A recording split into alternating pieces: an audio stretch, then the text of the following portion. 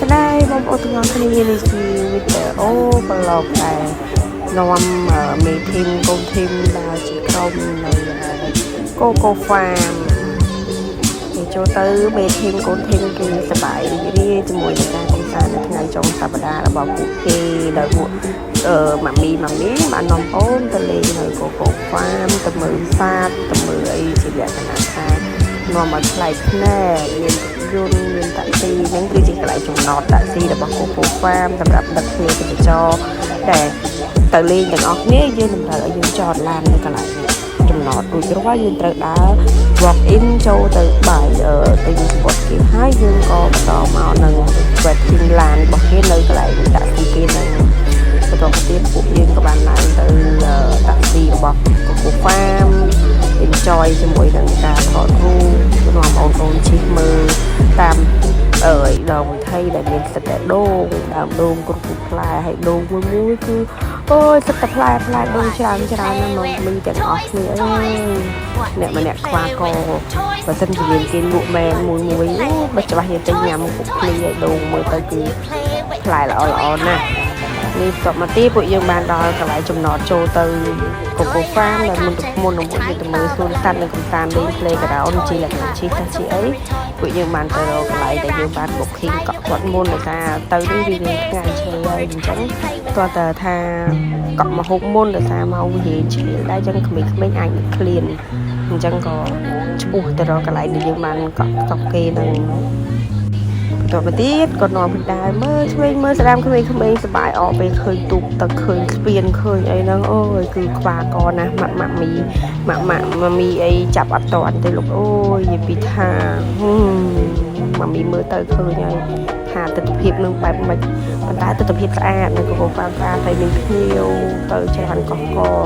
ក៏ចោះលើទឹកអីនេះគឺក៏អត់បានទេដោយសារមានគេ booking អស់ហើយនេះពេលទៅដល់គ្នាគឺមាន playground មានផ្ទះមាន ski មានតូងដែលឲ្យបងលេងឲ្យកូនលេងគឺម្នាក់ខ្វះកណារត់ឆ្វេងឆ្វាយពេញនឹងចាប់មិនចង់តន់នេះ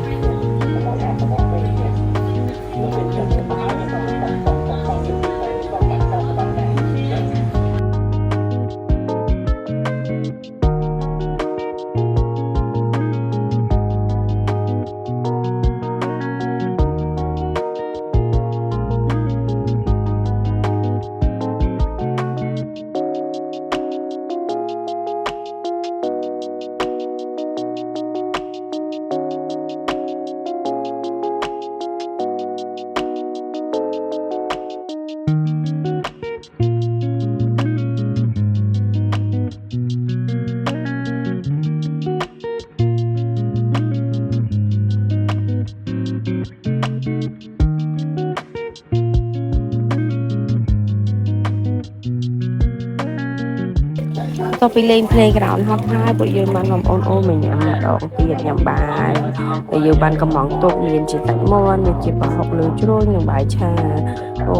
មេធីមកូនធីមអីគឺពឹងទៅសារលេងយូរដែរហើយហត់ហើយណាមួយចង់ញ៉ាំឆាប់រហ័សអាងបានទៅលេងសេះឬក៏លេងបន្តការកម្សាន្តទៀតជីទូកជីអីបន្តទៀត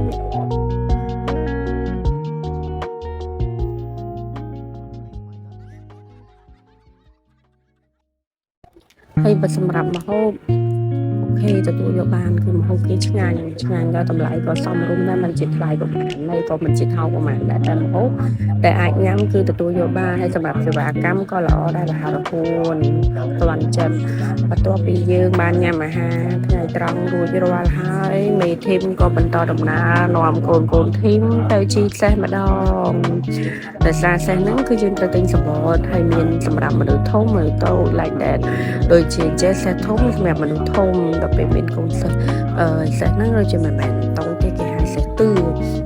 ហ្នឹងសម្រាប់ទឹកកូនយើងដើរមកជុំកម្សាន្តនៅកន្លែងដែលយើងអង្គុយហ្នឹង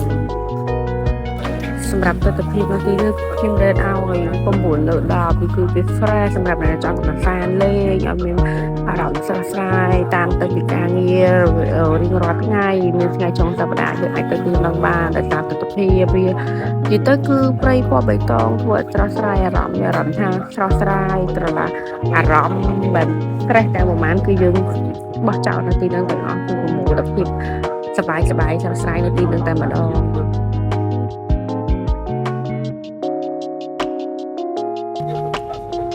ចាបន្ទាប់ពីយើងបានធ្វើដំណើរទៅទិញហើយសម្បត្តិរួចរាល់គឺយើងបន្តការជាលក្ខណៈជាសេះនេះគឺជាសេះទឿនេះជាបរិញ្ញាជាកូនធីមស្រីតូចគេធ្វើមុខជាខ្ជូតគេសបាយគេគេបានជាសេះគេតាមបំណងប្រាថ្នាគេសបាយរីករាយនៅថ្ងៃចុងសប្តាហ៍គេព្រោះថ្ងៃហ្នឹងជាថ្ងៃអាទិត្យស្អែកឡើងគឺត្រូវបន្តការសិក្សាវិញនេះគឺសម្រាប់កូនធីមប្រុសម្ដងប្រុសបងកូនធីមគេក៏សប្បាយមើលទស្សនភាពគឺឃើញស្អាតខ្លាំងមើលដូចក្នុងរូបអញ្ចឹងទស្សនភាពមានផ្ទះ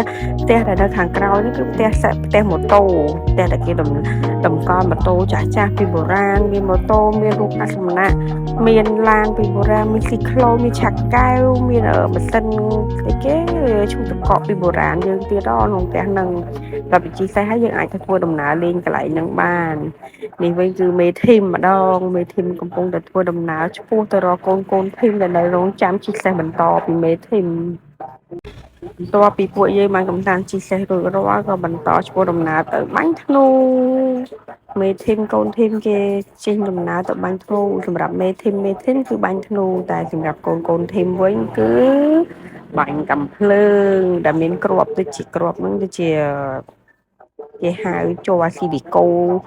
ឬក៏មិនទេខ្ញុំអត់ស្គាល់ដឹងច្បាស់ដែរម៉ាក់អើយដោយសារត្រូវបាញ់អាហ្នឹងទៅវាខ្ទាតទឹកហើយវាមានតាំងកូនជ្រូកមានតួនជ្រូកហើយអើយកូនជ្រូកដែលតាំងទុកឲ្យអូនបាញ់ហើយមកដល់ប៉ាប៉ាជាអ្នកបាញ់ធ្នូទៅ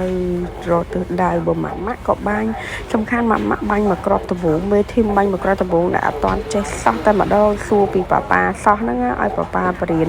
ធ្វើមិនដាក់ដៃមិនអីបែបមិនតែចុងបញ្ចប់គឺប៉ាប៉ានឹងហើយបាញ់អត់ត្រូវទេតែម៉ាមីដែលប៉ាប៉ាអ្នកបរៀននេះ